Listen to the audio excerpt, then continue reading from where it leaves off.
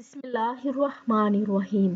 زینب T V کی طرف سے میں آپ لوگوں کے ساتھ کہ قبر کی زندگی دیکھی جائے گی کہ ہم تمام کاموں کے لیے پیشگی اقدامات کرتے ہیں۔